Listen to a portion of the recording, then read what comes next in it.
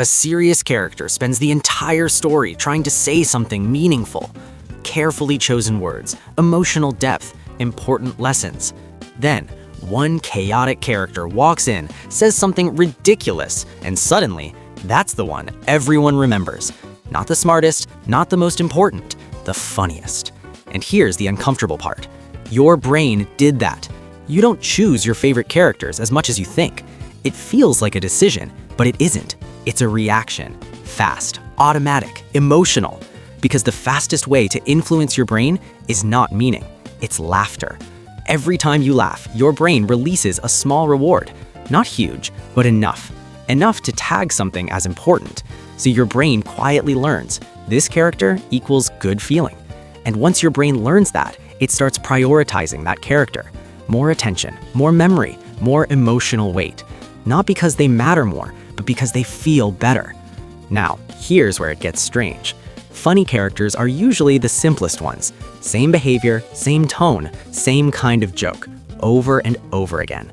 And that repetition is not a weakness, it's the strategy. Your brain is constantly trying to save energy. Thinking deeply takes effort. Understanding complex characters takes effort. But simple patterns? Effortless. Recognizable instantly. Even before the character finishes the sentence, you already know what's coming. And that matters more than you think. Because your brain loves one thing more than intelligence: prediction.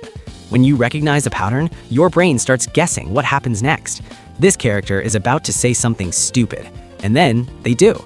And something subtle happens. Your brain rewards you, not for the joke, but for being right. It feels satisfying, like your brain just confirmed its own expectations. And now you're locked into a loop. Predict, confirm, reward. Predict, confirm, reward. And each time that loop completes, that character becomes harder to ignore. Meanwhile, the serious character is doing something else entirely. They're changing, growing, becoming more complex. And that breaks prediction. Your brain has to work harder. It has to process new information. And your brain doesn't like that. Not because it's incapable, but because it's efficient. So when your brain has a choice between effort and ease, it chooses ease every time. Which means something strange happens. The character who contributes the least starts getting the most attention. Now add one more layer: contrast. Imagine a room full of calm, quiet people. Everything feels steady, predictable, balanced. And then one person suddenly becomes loud, energetic, unpredictable. Your attention shifts instantly, not because they're more important, but because they're different. Your brain is wired to notice contrast, not meaning, not depth, difference, intensity.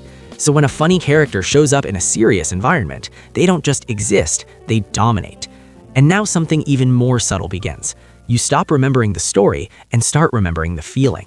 The moment you laughed, the moment things felt light, the moment your brain got a break. And over time, that feeling attaches itself to one character. You don't remember the lesson, you remember the relief. And the source of that relief becomes the most important part of the entire experience. Now, take this outside the screen, into the real world. What do people share? Not complex ideas, not long explanations, not deep emotional moments.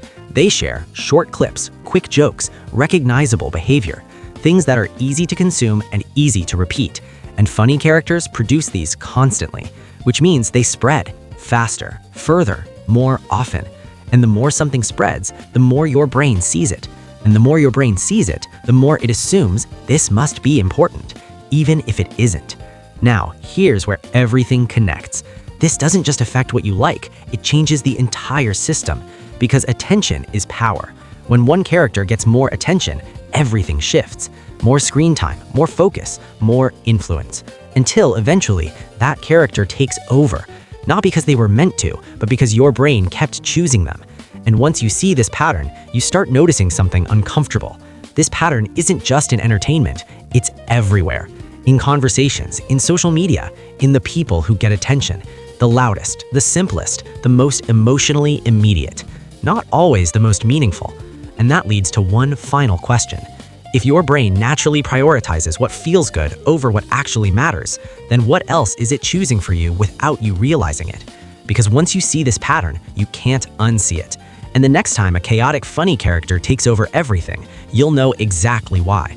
Not because they're the best, but because your brain was never designed to choose the best. It was designed to choose what feels good first, and that changes everything.